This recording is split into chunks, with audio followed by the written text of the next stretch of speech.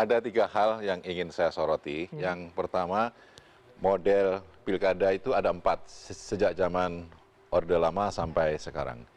Zaman Orde Lama, penentuannya langsung dari DPRD, yang menentukan adalah presiden.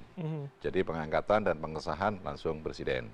Zaman Orde Baru, DPRD menentukan lebih dari satu untuk di bawah ke pemerintah pusat, ke presiden. Kemudian presiden lewat Menteri Dalam Negeri memutuskan satu kepala daerah dan kemudian dilantik oleh DPRD. Ya, yang kedua. Yang ketiga modelnya itu DPRD memilih DPRD memilih calon, menetapkan dan mengesahkan. Jadi fungsi dari kekuasaan pemerintah pusat itu kemudian menjadi lebih rendah. Dan yang keempat, pemilihan langsung. Ya, saya ingat pada waktu saya menjadi anggota DPR, ketika DPR dan pemerintah seluruh partai menetapkan undang-undang pilkada, di situ disetujui bahwa untuk sistem pilkada adalah sistem tidak langsung, yaitu melalui DPRD. Kemudian pada tahun 2014 keluar Perpu pada waktu itu. Sehingga 2014 Pak Itu Presiden akhir SBY. Pak SBY Jadi terakhir, setelah itu kemudian dilanjutkan sampai sekarang pilkada secara langsung. Itu yang pertama. Yang kedua, saya memahami bahwa di pasal 1 dan pasal 18 ayat 4 Undang-Undang Dasar 45 itu menyatakan bahwa kedaulatan ada di tangan rakyat dan dilakukan sepenuhnya menurut Undang-Undang Dasar. Dan di pasal 18 ayat 4 bahwa untuk pemilihan kepala daerah dilakukan secara demokratis menurut keputusan Mahkamah Konstitusi bahwa untuk penentuan apakah itu dilaksanakan secara langsung melalui rakyat atau tidak langsung melalui DPRD itu open legal policy. Jadi artinya mau langsung atau tidak langsung itu tidak melanggar konstitusi dan tidak melanggar undang-undang. Itu Ya, seperti yang dikatakan Mas Edi Suparno tadi ya. Terus yang ketiga, kita melihat manfaatnya. Ya, memang berbeda-beda tiap partai politik karena partai politik itu adalah bagian dari kekuatan rakyat yang masing-masing punya pilihan, punya visi, punya pandangan yang berbeda-beda. Jadi setiap partai politik, kalaupun berbeda pandangan itu wajar karena itu bagian dari demokrasi. Tapi standing PAN ada di mana, Pak?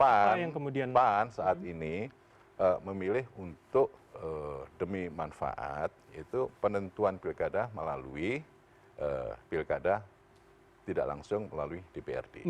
Pertimbangannya pertama, kandidat itu akan lebih efektif untuk menyampaikan visi gagasan. Karena secara empiris dari tahun 2010 saya mengikuti pilkada, banyak profesor doktor yang punya visi, yang punya leadership, karena hanya memiliki integritas dan kapasitas serta tidak memiliki isi tas, dia kalah. Gitu.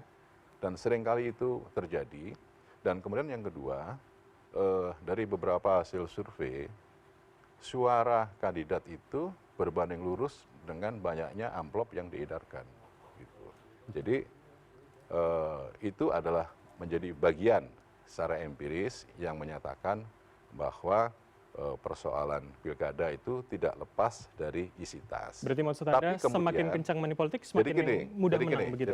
Jadi gini, memang tidak ada jaminan bahwa kalau melalui DPRD tidak ada money politik. Tidak begitu. Sama-sama punya potensi untuk money politik. Partai Amanat Nasional itu memberikan pandangan untuk kali ini sudah 5 periode pemilihan dilaksanakan secara langsung dan ada asumsi ternyata proses terjadinya pelanggaran hukum pimpinan kepala daerah itu kok tidak semakin surut gitu. Dan beberapa kepala daerah memang tidak bisa digeneralisasikan, tapi sebagian besar menyatakan karena ongkos pilkada yang mahal. Dari tahun 2024 sampai tahun 2025. Jadi konsekuensinya jaminan kualitas kepala daerah. KPK menyatakan ada 225 kepala daerah yang terjerat kasus hukum.